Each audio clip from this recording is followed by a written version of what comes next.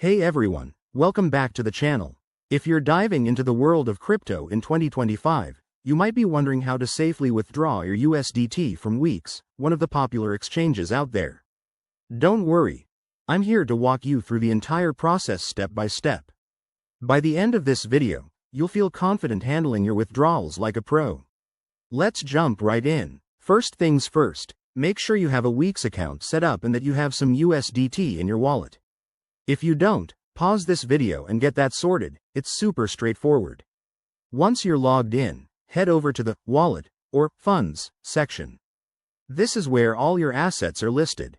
Look for USDT and click on it to access your balance.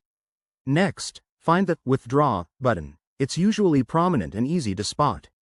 You'll be prompted to select the network for your withdrawal.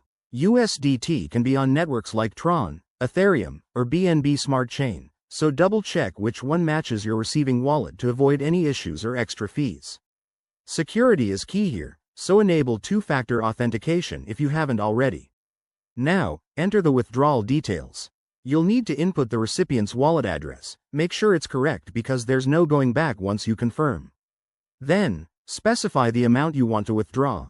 Remember, Weex might have minimum withdrawal limits and fees, so check those beforehand to avoid surprises. After that, review everything on the confirmation page. This includes the amount, fees, and estimated arrival time. If everything looks good, hit confirm and wait for the email or app notification to verify the transaction. Once approved, your USDT should hit your external wallet in a few minutes to an hour, depending on the network congestion.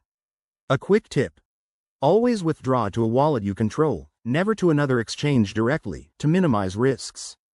And if you're new to this, start with a small amount to test the waters. Thanks for watching. If this guide helped, give it a thumbs up and subscribe for more crypto tips. Drop your questions in the comments below. I'll see you in the next video.